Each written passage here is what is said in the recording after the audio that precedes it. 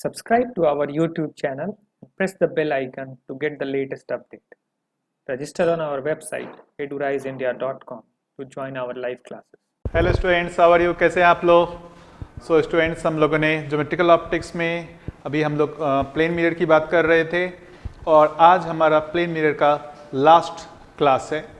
तो स्टूडेंट्स, इसमें आज हम मेनली फोकस करने वाले हैं जो वेक्टर फॉर्म है, जो incident ray, normal and reflected raise के बीच में जो वेक्टर फॉर्म में रिलेशन है और उससे रिलेटेड जो भी क्वेश्चन है हम लोग उसको ही आज सॉल्व करने वाले हैं। तो स्टूडेंट्स, सो फर्स्ट क्वेश्चन जो आपके लिए है, right the law of reflection of A light beam from a mirror in vector form using the directing unit vectors EI cap, ER cap of the incident and the reflected beams and the unit vector N cap of the outside normal to the mirror. So मैं आपको इसको समझा देता हूं कि ये क्या हमारा क्वेश्चन कर रहा है. So let us say this is my mirror.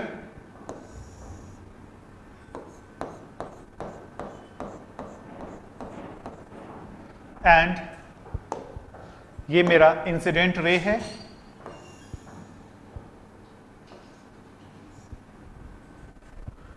Incident ray की डायरेक्शन में जो यूनिट वेक्टर है उसको मैं ई आई कैप से रिप्रेजेंट कर रहा हूं.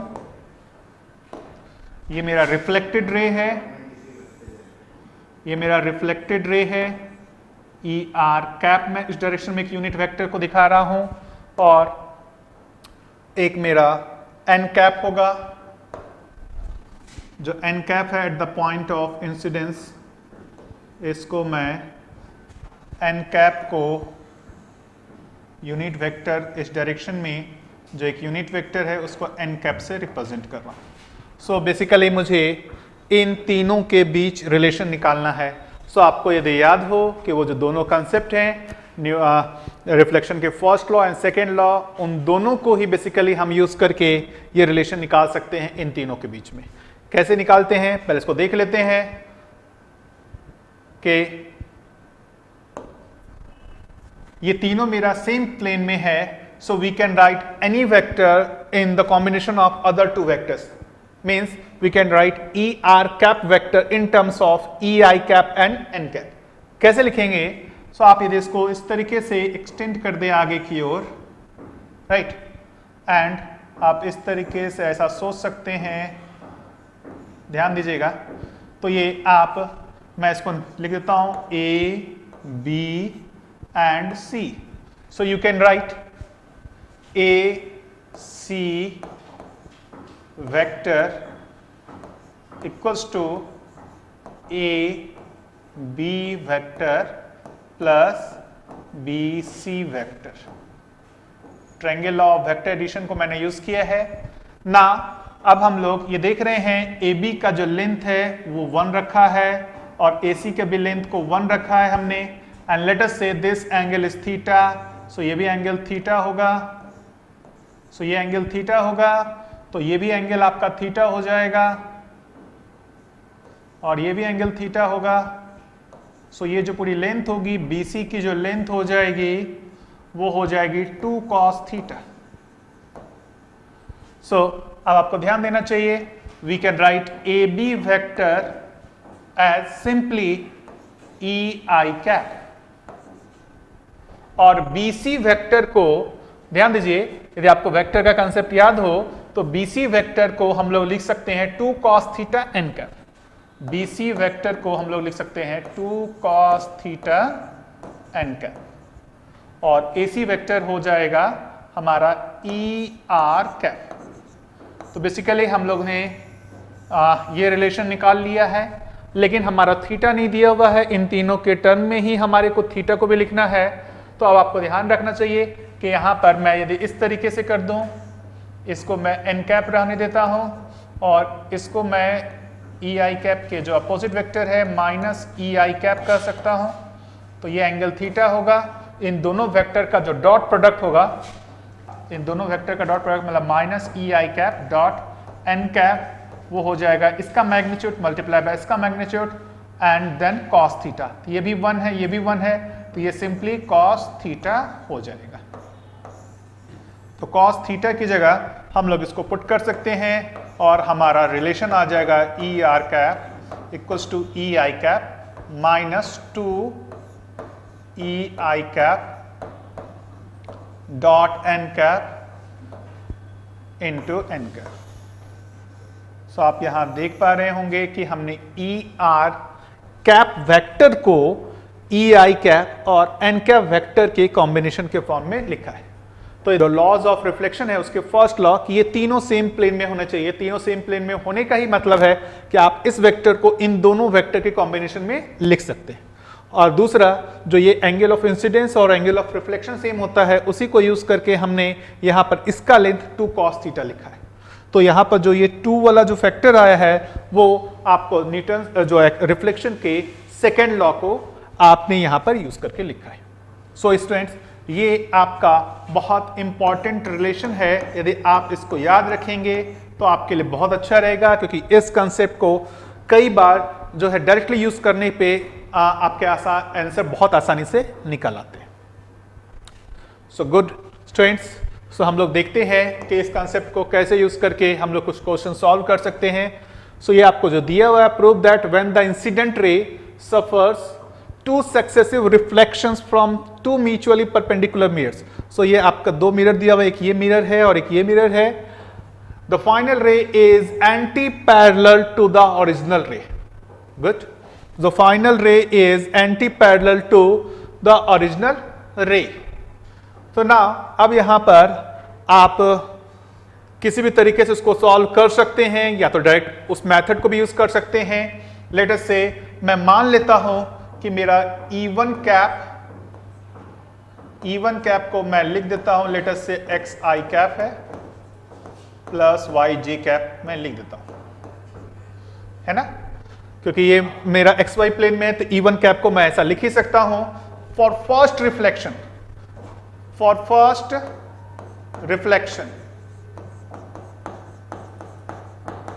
मैं वो फॉर्मूला लगाता हूं। तो फर्स्ट रिफ्लेक्शन के लिए आपका एन कैप क्या होगा, अब ध्यान देंगे, एन कैप ये हो जाएगा, मतलब जे कैप हो जाएगा। सो आप डायरेक्ट यदि फॉर्मूला लगा दें तो ई आर कैप, या उसको ई आर कैप को ये E2 कैप लिखा हुआ है तो मैं इसको E2 कैप लिख देता हूं। E2 कैप में आपको ध्यान में होगा ई आई कैप, तो E I cap x I cap plus Y J cap हो गया minus 2 E I cap dot N cap. तो ये मेरा ई आई कैप है और ये एन कैप है, इन दोनों का डॉट करेंगे तो वो क्या हो जाएगा, सिंपली वाई हो जाएगा एंड देन एन कैप।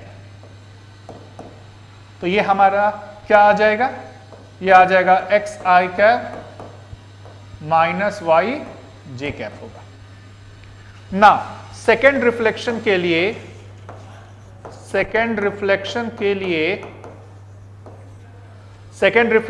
लिए आपको ध्यान रखना चाहिए कि E2 कैप आपका ई आई कैप हो जाएगा। सेकेंड रिफ्लेक्शन के लिए ये मेरा इंसिडेंट रे हो जाएगा।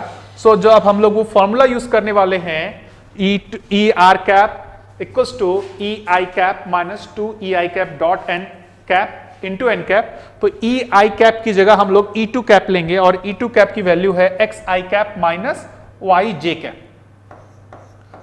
सो X I cap minus Y J cap हो गया minus 2 E I dot N cap. So students यहां पर एक चीज मेरे को और बता देना था कि यहां पर जो एन कैप की वैल्यू होगी ना, अब इस रिफ्लेक्शन के लिए एन कैप की वैल्यू हो जाएगी आई कैप। तो यहां पर अब आप देखेंगे तो आपको इसके साथ इसका डॉट करेंगे तो वो हो जाएगा माइनस एक्स हो जाएगा और एन कैप की वैल्यू क्या हो जाएगी, आई कैप। सो यहां से आप इसको सॉल्व करेंगे तो वो आएगा minus X I cap minus Y J cap.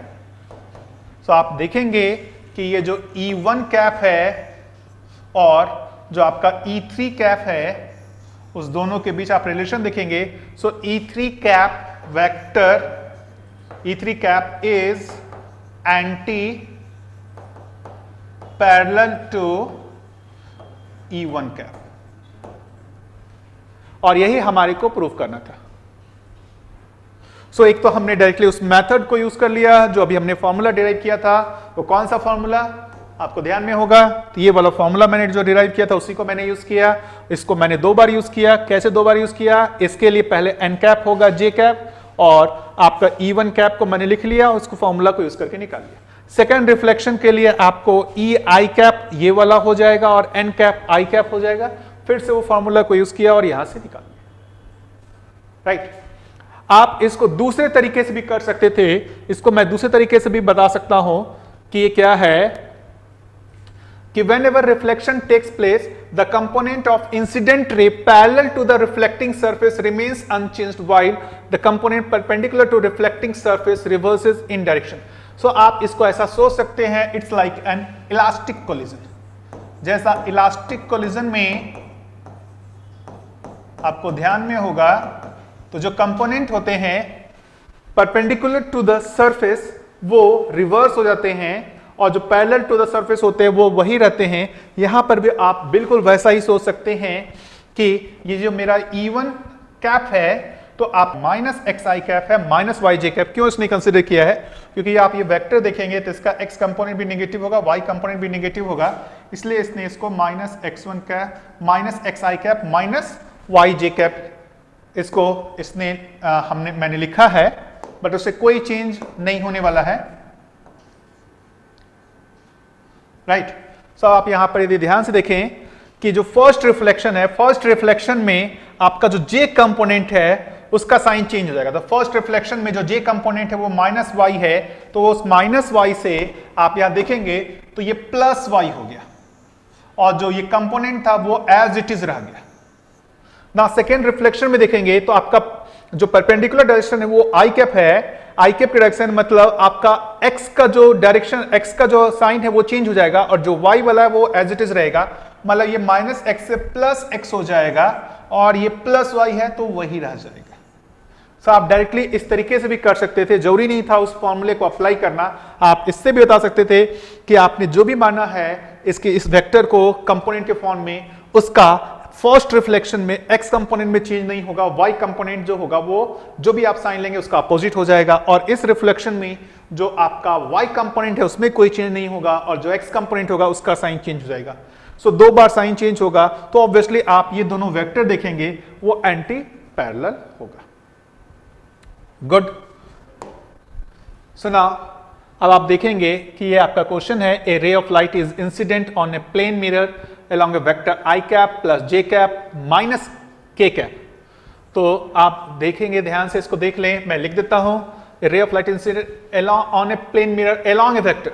तो आपको एक यहां से E I cap वेक्टर निकाल सकते हैं। E I cap वेक्टर जो हो जाएगा वो I cap हो जाएगा प्लस J cap होगा minus K cap and that divided by √3 हो जाएगा। The normal on the point of incidence is along the vector I cap plus J cap।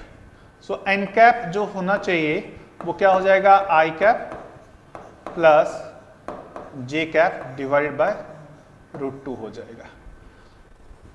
Find the unit vector along the direction of reflected ray। So आप एक direct formula इसको use कर सकते हैं, लेकिन students यहां पर आप देखिएगा सारी बुक्स में ये क्वेश्चन दिया हुआ रहता है, उसमें जो एक मिस्टेक है आपको उसको अच्छे से समझना चाहिए कि यहां पर क्या प्रॉब्लम है कि यदि आप E I cap dot N cap की बात करेंगे, यदि आप यहां से E I cap dot N cap की बात करते हैं, E I cap dot N cap, so obviously ये आपका पॉजिटिव आ रहा है, पॉजिटिव आ रहा है। इसका मतलब ई आई कैप और एन कैप के बीच जो एंगल है वो थीटा जो होगा वो एक्यूट होगा, थीटा जो होगा वो π/2 से छोटा होगा। राइट, सो यदि आपको ध्यान में हो कि ये मेरा मिरर है, सो ये मेरा इंसिडेंट रे है और ये मेरा एन कैप है, तो आपको ये ध्यान में रहे कि ये मेरा ई आई कैप है और ये एन कैप है, तो हमेशा आपको ये ध्यान में रहना चाहिए कि ई I cap dot N cap जो होना चाहिए वो निगेटिव होना चाहिए, क्योंकि ई I cap dot N cap के बीच का जो एंगल होगा वो हमेशा 90 डिग्री से ज्यादा होगा। ये ई आई कैप और एन कैप के बीच का एंगल 90 डिग्री से ज्यादा होगा, इट मींस इन दोनों का डॉट प्रोडक्ट हमेशा निगेटिव होना चाहिए। तो जो ये आपका एन कैप दिया हुआ है, इसका मतलब ये गलत दिया हुआ है, इस तरीके से रिफ्लेक्शन होगा ही नहीं। ऐसा नहीं हो सकता कि आपके इंसिडेंट रे, ऐसा पॉसिबल नहीं है कि आपका इंसिडेंट रे इधर से आकर के उस पे इंसिडेंट हो रहा हो, राइट? इस तरीके से पॉसिबल नहीं है। तो यहां पर स्टूडेंट जो एक मिस्टेक है कि आइदर आपका जो एन कैप दिया हुआ है, वो जो दिया हुआ है इसको अपने को चेंज करना होगा कि ये एन कैप हमारा ये नहीं होगा, एक्चुअल में हमारा एन कैप जो होना चाहिए वो होना चाहिए, इसका नेगेटिव ले सकते हैं। सो वो हो जाएगा minus I cap plus J cap divided bye √2। सो ये जो आपका दिया हुआ है यहां पर थोड़ा सा मिस्टेक है कि ये जो नॉर्मल है वो minus I cap plus J cap by √2 के डायरेक्शन होना चाहिए। सो आप यदि डायरेक्ट अब फॉर्मूला यूज करना चाहते हैं तो डायरेक्ट फॉर्मूला यूज कर सकते हैं। ई आर कैप का यदि आपको फॉर्मूला याद है, E I cap minus 2 E I cap dot N cap into N cap. So मैं इसको यदि क्विक अप्लाई करूं तो यहां से मेरा ई आर कैप हो जाएगा, ई आई कैप की वैल्यू एज इट इज रख देता हूं मैं, I cap plus J cap minus K cap divided by √3 minus 2 E I dot N करेंगे तो ये -1 आएगा और ये भी -1 आएगा, तो ये हो जाएगा -2 डिवाइडेड बाय ये √3 भी आएगा और यहाँ से √2 भी आ जाएगा। एंड देन यहाँ से आप देखेंगे, सो इसको एन कैप से मल्टीप्लाई करना है, ध्यान से देखेंगे ई आई डॉट एन कर दिया हमने, तो यहाँ से ई आई डॉट एन हो गया और एन कैप लिखना है हमारे को, तो एन कैप हो जाएगा minus I cap plus J cap divided bye minus I cap plus J cap divided bye √2 रहेगा। सो यहाँ से अब आपको इसको सॉल्व करने की बात है, तो यहाँ से मैं लिख देता हूँ इसको थोड़ा अलग कलर से, माइनस माइनस प्लस हो जाएगा, ये √2 और ये √2 इससे कैंसिल हो जाएगा और आपका √3 कॉमन हो जाएगा। सो √3 कॉमन होगा तो आई कैप प्लस जे कैप, आई कैप प्लस जे कैप, ये माइनस के कैप है और माइनस के कैप को एज इट इज रख देता हूँ, ये -2 जे कैप हो जाएगा, -2 आई कैप भी होगा और -2 जे कैप भी होगा एंड दैट डिवाइडेड बाय आपका √3 होगा। सो यहाँ से आपका जो आंसर आ जाएगा माइनस आई कैप होगा, माइनस जे कैप होगा, माइनस के कैप होगा एंड दैट डिवाइडेड बाय √3 होगा। सो स्टूडेंट्स अब हम लोग इसको सेकेंड मेथड से सॉल्व करके देखते हैं। एक तो मेथड था जिसमें डायरेक्टली हम लोग इसको फॉर्मूला को यूज कर रहे थे एंड सेकेंड मेथड में देखेंगे तो ऑब्वियसली मैंने इस क्वेश्चन को मॉडिफाई कर दिया था, आपको ध्यान में हो कि ये जो मेरा एन कैप है इधर की ओर, वो जो वेक्टर है वो minus I cap minus J cap है और मेरा जो इंसिडेंट रे है वो इंसिडेंट रे इस डायरेक्शन में है, वो आई cap plus J cap minus K cap है, आई cap plus J cap minus K cap है।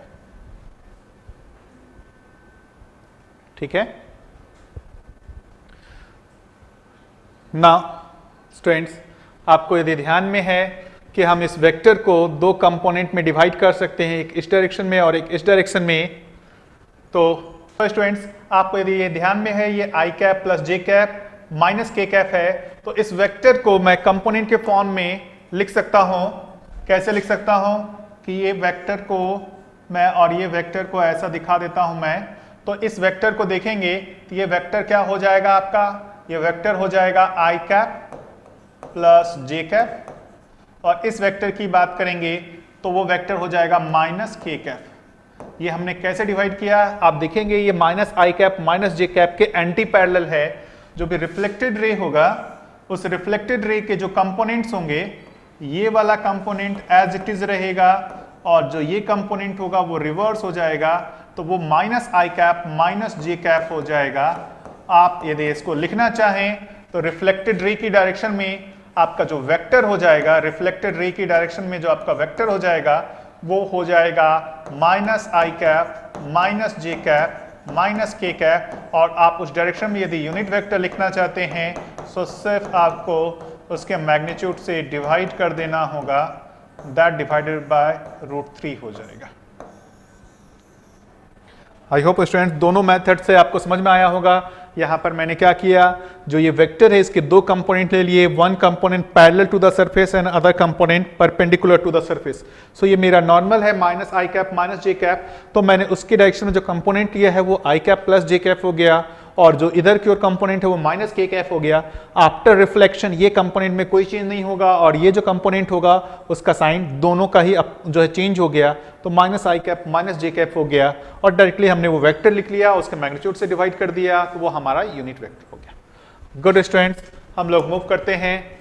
Okay, so this is my next question. Prove that a light beam reflected from 3 mutually perpendicular plane mirrors in succession reverses its direction. Okay, so आप देखेंगे यहां पर this is my incident ray, मैं इसको ऐसा लिख देता हूं, this is my incident a unit vector in the direction of incident ray। ये फर्स्ट रिफ्लेक्शन, ये यहां पर सेकेंड रिफ्लेक्शन, मैं लिख देता हूं first reflection, this is your second reflection and this is your third reflection. और इस रिफ्लेक्शन के बाद जो ये जो मेरा रे है उसको मैं ई आर कैप कह रहा हूं। So you have to prove that E I cap and E R cap are anti parallel.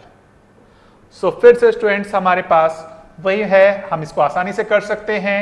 Let us से कि ये मेरा एक्स एक्सिस है, ये मेरा वाई एक्सिस है, और ये मेरा जेड एक्सिस है। तो नाउ आपको एक एक करके रिफ्लेक्शंस को देखने हैं, और आप देखेंगे जो फर्स्ट रिफ्लेक्शन है, लेट अस से पहले ये मैं मान लेता हूं कि ई आई कैप जो होगा वो मेरा लेट से मान लेता हूं एक्स आई कैप है प्लस वाई जे कैप है and plus Z K cap है। फर्स्ट रिफ्लेक्शन की बात करूं मैं, फॉर फर्स्ट रिफ्लेक्शन आपको ध्यान देने की जरूरत है। फर्स्ट रिफ्लेक्शन के लिए मेरा एन कैप की डायरेक्शन को देखेंगे, तो मेरा एन कैप किधर की ओर है, वाई डायरेक्शन में है, जे डायरेक्शन में।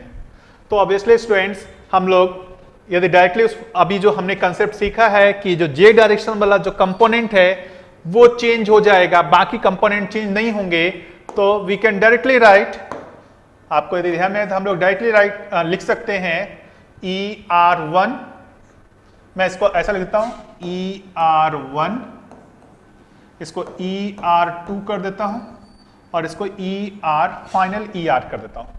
सो ई आर वन कैप में देखेंगे तो जे कंपोनेंट माइनस हो जाएगा, तो वो X I cap minus Y J cap and plus Z K cap होगा। मैंने कौन सा कंसेप्ट यूज किया, यहां पर आप देखेंगे तो मैंने ये वाला कंसेप्ट यूज किया है कि इस डायरेक्शन के जो कंपोनेंट होंगे वो चेंज हो जाएंगे। सो आप यहां पर देखेंगे तो मैंने इस कंपोनेंट को चेंज कर दिया। सेकेंड रिफ्लेक्शन की बात करूं मैं, सेकेंड रिफ्लेक्शन में आप देखेंगे तो आपका जो नॉर्मल होगा वो आई कैप की डायरेक्शन में होगा, राइट। इसके लिए आप देखेंगे तो नॉर्मल आई कैप की डायरेक्शन में होगा। सो क्विक, अब आप लिख सकते हैं ई आर टू कैप, इसमें आई कैप का जो कंपोनेंट होगा वो रिवर्स हो जाएगा, बाकी एज इट इज रहेगा। तो ये प्लस में है तो ये माइनस में हो जाएगा, और बाकी में कोई चेंज नहीं होगा। सो ये हो जाएगा। अब आप थर्ड रिफ्लेक्शन की बात करें, थर्ड रिफ्लेक्शन में थर्ड रिफ्लेक्शन की यदि मैं बात करूं तो थर्ड रिफ्लेक्शन के लिए जो हमारा एन कैप है इस रिफ्लेक्शन के लिए वो ऊपर की ओर होगा, मतलब वो के कैप होगा। मतलब के कैप की जो डायरेक्शन में कंपोनेंट है वो चेंज हो जाएगा, और बाकी कोई कंपोनेंट में चेंज नहीं होगा। के कैप का मतलब ये जेड की जगह माइनस जेड होगा, बाकी एज इट इज हो जाएगा। ये आप ध्यान देने की जरूरत है कि आपके लिए इस रिफ्लेक्शन के लिए इंसिडेंट रे है, ये रिफ्लेक्टेड रे है, इस रिफ्लेक्शन के लिए ये इंसिडेंट रे है, ये रिफ्लेक्टेड रे है, और इस रिफ्लेक्शन के लिए ये इंसिडेंट रे है, ये रिफ्लेक्टेड रे है। और अकॉर्डिंगली हमने एन कैप को पहचान करके जो कंपोनेंट के साइन चेंज करना है और बाकी को जिसको साइन चेंज नहीं करना है वो आपको आई होप समझ में आया होगा। या फिर आप यदि यूज करते method E R cap equals to E I cap minus two E I cap dot N cap into N cap, उससे भी यही आपका आंसर आता है। सो आई होप स्टूडेंट्स आपको आज की क्लास समझ में आई होगी। हमारा जो भी प्लेन मिरर से रिलेटेड जितने भी कंसेप्ट थे हमने इसको समझा। तो आज के लिए स्टूडेंट्स हम लोग यहीं पर रखते हैं। सो स्टूडेंट नेक्स्ट क्लास से हम लोग स्फेरिकल मिरर स्टार्ट करेंगे जो बहुत कंसेप्चुअल है और उसको हम लोग अच्छे से समझने की कोशिश करेंगे।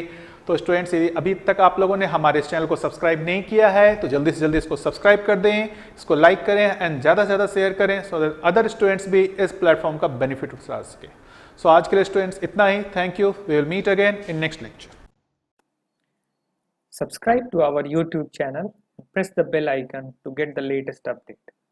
Register on our website eduriseindia.com to join our live classes.